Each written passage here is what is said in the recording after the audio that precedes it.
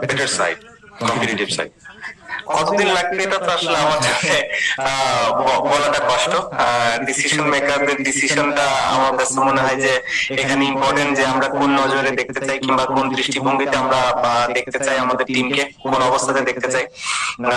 আমি জানি না প্রশিক্ষক আমাদের কি কথা বলেছে, বাট আপনি যেটা বললেন আমার ধারণা সে যদি মুখে বলেও থাকে, ভেতরে হয়তো এই বিশ্বাসটা তার ছিল না, মানে যে এরকম চিন্তা করেনি। কারণ আমাদের টিমের ভেতরে আমরা সবসময় চিন্তা করছিলাম যে আমরা ভালো কিছু করতে বা আসছি এবং ভালো কিছু করব।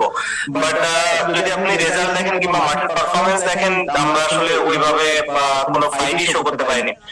যেটা আপনার সাথে আমি এগ্রি করবো যে ডিসঅ্যাপয়েন্টিং, যে আমরা যখন দুইটা বড় দেশের সাথে খেললাম যারা হয়তো এই ওয়ার্ল্ড কাপের খুব মানে কাছাকাছি দাবিদার হওয়ার, তো তাদের সাথে যখন আমরা খেলছি আমাদের গ্যাপটা তখন খুব ভালোভাবে পরিলক্ষিত হয়েছে। আসলে সেটা আমার কাছে